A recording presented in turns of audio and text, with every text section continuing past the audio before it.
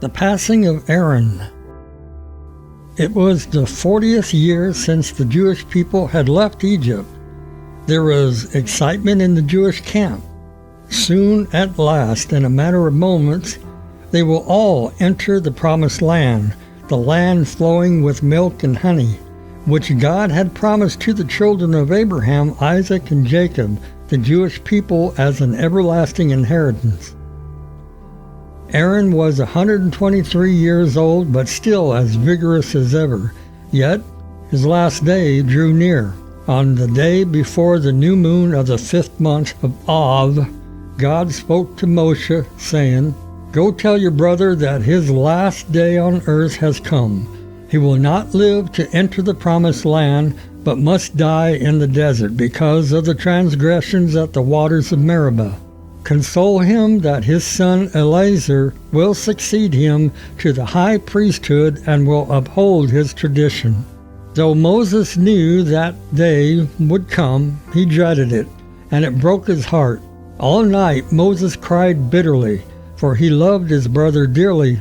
On the following morning Moses rose with the sun and went to his brother's tent. "Aaron, dear Aaron," Moses called, and out came Aaron, much surprised at such an early visit. "My dear brother," Moses said, "I have come to ask you to explain to me some difficult passages in the Torah. I have been studying the book of Genesis. Won't you help me?" "Why, certainly," said Aaron. "Come, let's read it together."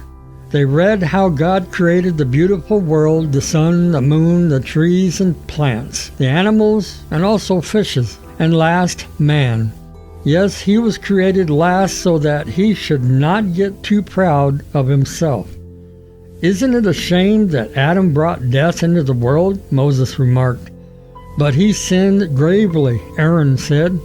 "God had been kind to him, placed him in the Garden of Eden, and made him Lord of all creatures, yet Adam disobeyed God, and so God told him, 'Dust thou art, and unto dust thou shalt return.'" "Yes, this is the way of all flesh," Moses said sadly. "I suppose our last day is not far off either. Would you fear to die, dear brother?" "Your conversation is strange today, dear brother," Aaron said. "Tell me, why are you talking so much of death just now?" Moses hesitated. He had no heart to break the news to him.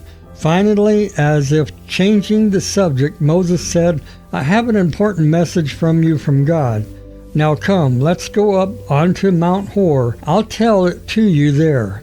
Hastily, Aaron put on all of the 8 priestly garments and came out of his tent. His son Eleazar and Joshua were also waiting. Off they strolled towards Mount Hor, and by the time they reached the mountain, all the elders and princes of Israel had gathered around them. "Only Aaron, Eleazar, and I shall go up to the mountain," Moses said. "The rest of you wait here." Silently they climbed towards the summit. Moses still found it difficult to tell him. He had to find a way somehow. "Well, God had left something in your charge," Moses finally said, "and desires to claim it back. Do you know what I am referring to?" "Well, there is that altar, the table, and all the vessels of the tabernacle that I am in charge of. Do you mean those?" "No, not those. There is a sacred light that he gave you. Not one, but 7 lights, the 7 lights of menorah, which are burning in the tabernacle, if that's what you mean." No, said Moses. "There is yet another light, my dear brother, a sacred divine light that he gave every one of us. The candle of God is the soul of man," Moses added gravely. "Ah, dear brother, I know what you are speaking of now," Aaron said, lowering his head. "I am ready." Suddenly a cave appeared in the mountain slope. They entered the cave. There they saw a table with a candle burning on it, and by the wall there was a bed. For a moment Aaron stood motionless, engrossed in deep thought. "What are you thinking about?" Moses asked him. "I am thinking how the slightest flaw spoils the perfect diamond, how the slightest speck of soot shows up on the purest snow. That transgression of ours at the waters of Meribah, a trifling deviation from the word of God, yet so severe a punishment not to set foot in the promised land. Yes, the greater the man, the greater are his responsibilities, for smaller men look up to him for inspiration and guidance. I wonder if our successor will always remember this lesson, Moses said. Moses then told Aaron to take off his priestly robes and to put them on his son Eleazar. Aaron did so, and then lay down on the bed. Presently the clouds of glory surrounded him, his face became radiant, and an expression of unusual exaltation appeared on it. Thus Aaron passed away peacefully in God's own tender care. "I wish I would pass away like this," Moses whispered. Then, wiping his tears off his face, he turned and left that sacred cave. When Moses and Eleazar returned alone, the people could not believe that Aaron had died.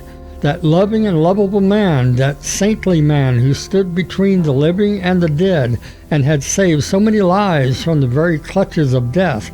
How could death prevail over him? They said.